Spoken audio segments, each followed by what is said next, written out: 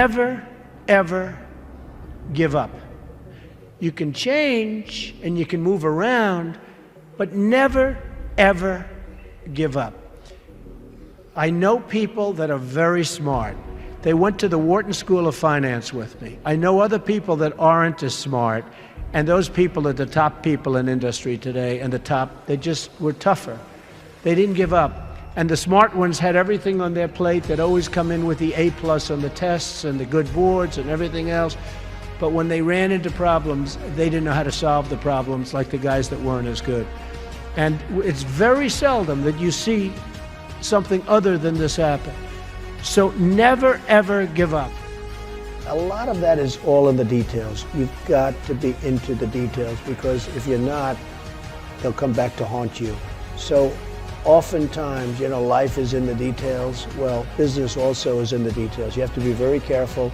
You have to watch the dotted I's, because you can really lose tremendously if you don't watch those details. So we discussed that, and as Robert likes to say, probably more than I do, that's the little finger, but it's all about the details. It's very important. Right. You want to be totally focused. You can't take your eye off the ball. When I had troubles in the early 90s, a major article came out, and it said very strongly, everything he touches turns to gold. And I believed it. So I'd go out with models at night instead of working. But that wasn't good. And I remember I had a big lease coming up, and there was a big show, and I went to the show. I said, don't worry, fellas, you can handle the lease, you'll get it done. Well, I came back, they didn't get it done, and I would have had it done 100%. And then the market crashed in the 90s. So I had trouble, but it was sort of an amazing, I wouldn't want to do it again. It was an amazing test of yourself. Can you handle pressure? How are you under pressure? Are you smart? When everybody's coming at you. The worst employee is a good employee. A bad employee is fine because you fire that person right away. A great employee is phenomenal. You want to keep them and cherish them. They're fantastic.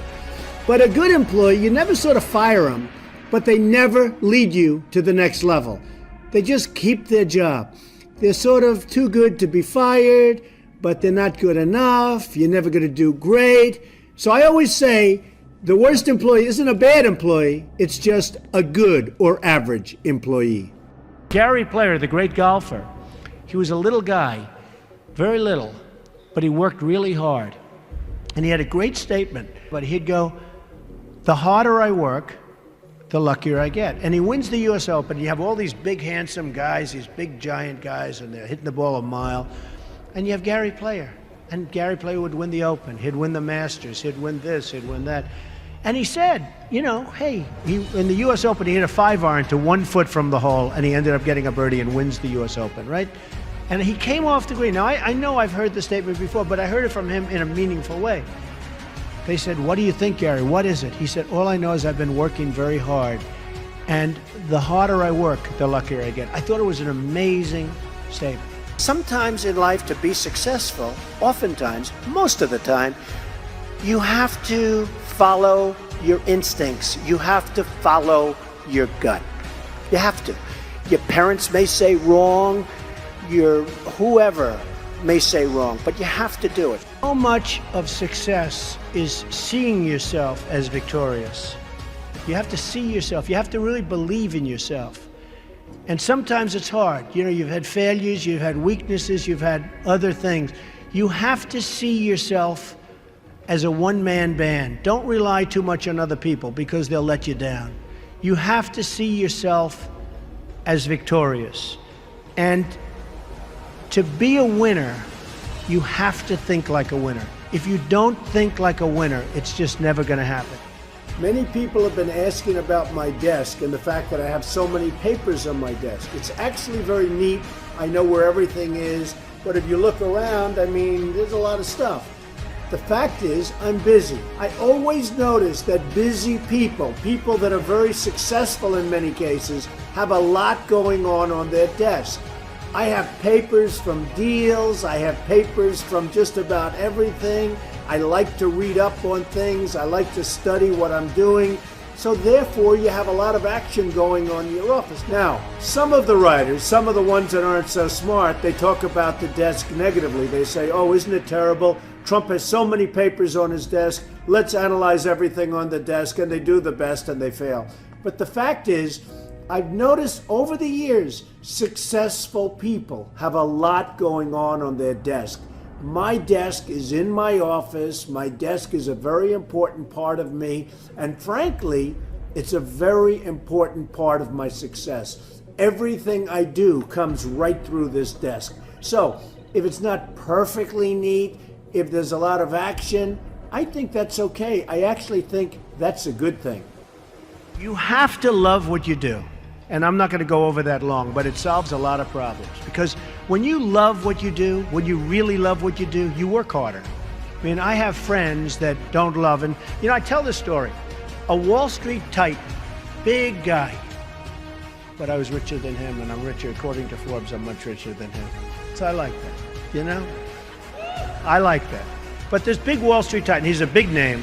He has a son, and his son is a wonderful human being, which is amazing because the guy's a horrible person. But he's one of the biggest guys on Wall Street. So he wants his son, Alex. I'm going to use the name Alex. It's not his name, but I don't want to get this guy in any more trouble with his father than he already is. Alex isn't the strongest character. The father is a brutal, vicious killer. So the father has a big firm on Wall Street, and he wants Alex to go into the firm, of course. Come on, Alex, get in there, get in there. In the meantime, all these kids are graduating from Wharton and Harvard and Stanford, and they're just eating Alex's lunch. He doesn't have a chance. He doesn't have a chance. And he doesn't like it. He's not liking what he's doing. You got to love what you do. He's not liking it. So one day, but he can't leave because of his father. I actually tell him, why don't you leave? Your father's brutal. The father's just killing the guys. Tell him, you don't have what it takes. I'm sorry, Dad. Oh, this is great. So I say, you got to leave the father. You got to leave him. He said, I just can't, Donald. So anyway, he's a spoiled guy. He's a member of a very good golf club in Westchester, which is a rich place in New York. And he's on one of the committees, and he's on the Greens Committee. And they put him in charge of redoing the course. They're doing this big renovation of the course. It's a very good club. And he's there every morning at 5 in the morning. He doesn't leave. He did such an unbelievable job. The contractors respected him. Everybody respected him. So the wife comes up. He's doing so great, Donald. He's so amazing. And they give him an honor. And this is a tough group of people that have this club. They're club members and they're difficult. They gave him an honor. The club came in under budget, faster by 2 months. He did an unbelievable job, and the quality of the work was 10 times what they ever anticipated. So they gave him a medal. I said, Alex, you ought to go and do this for a living. You ought to be a builder, whether it's houses or clubs or golf courses, renovation or this. Oh, my father would go crazy. He'd never let me. So Alex went back to Wall Street, where he was miserable, and a year later he quit. And he started doing renovations of houses and clubs and different things. And he's doing great. So you've got to love what you do.